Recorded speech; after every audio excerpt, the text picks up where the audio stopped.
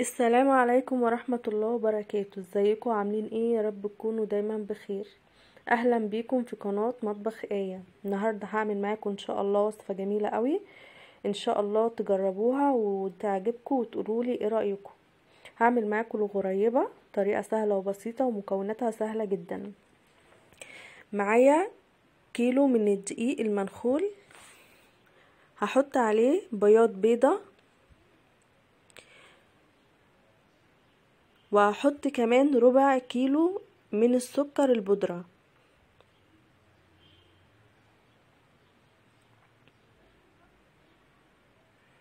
وهقلب المكونات مع بعض.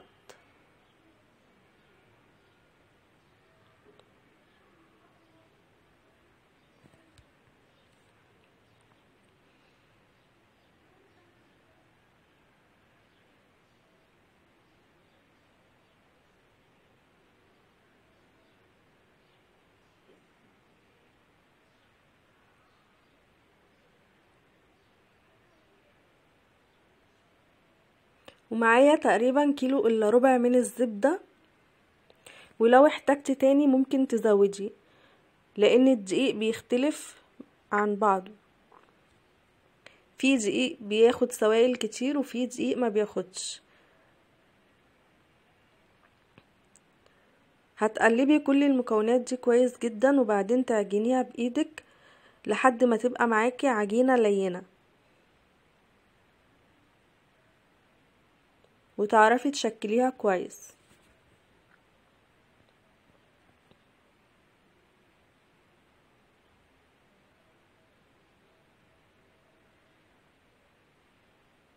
لو عملتيها بالمقادير المظبوطة هتطلع معاكي حلوة جدا.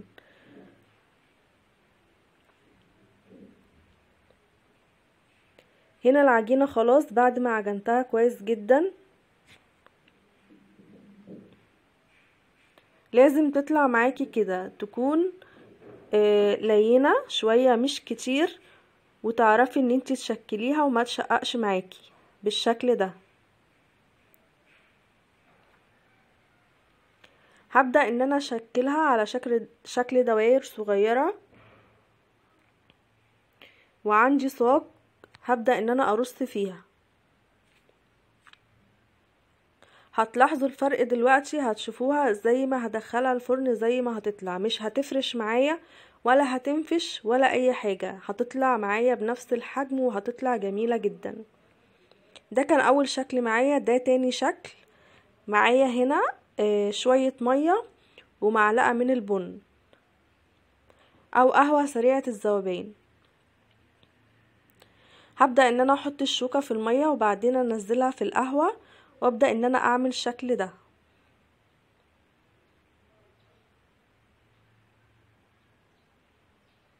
طبعا ممكن تحطي زبيب، ممكن تحطي فستق، ممكن تحطي اي مكسرات انت حباها، ممكن تعمليها سادة خالص، هي تنفع في جميع الاحوال.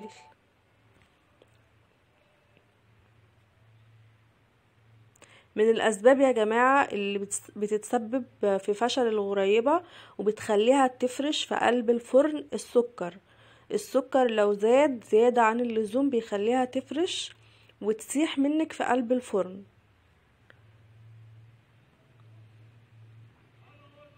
بيسيح العجينة.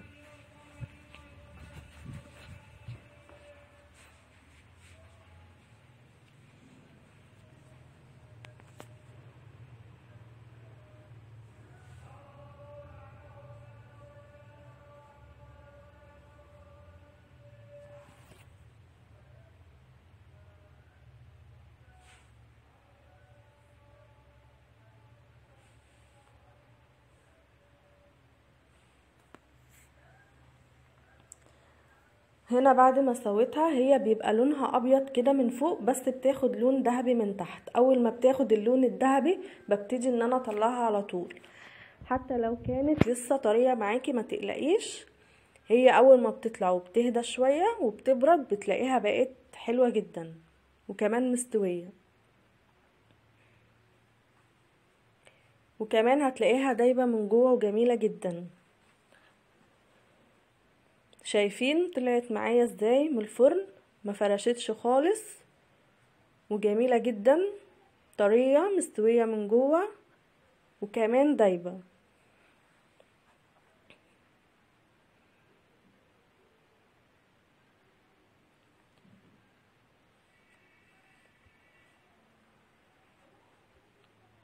ده الشكل التاني بعد ما استوى.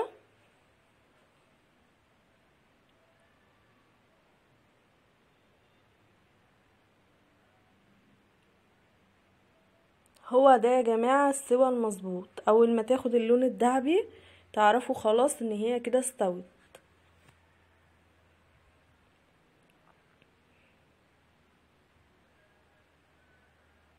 وكمان عملت منها السادة.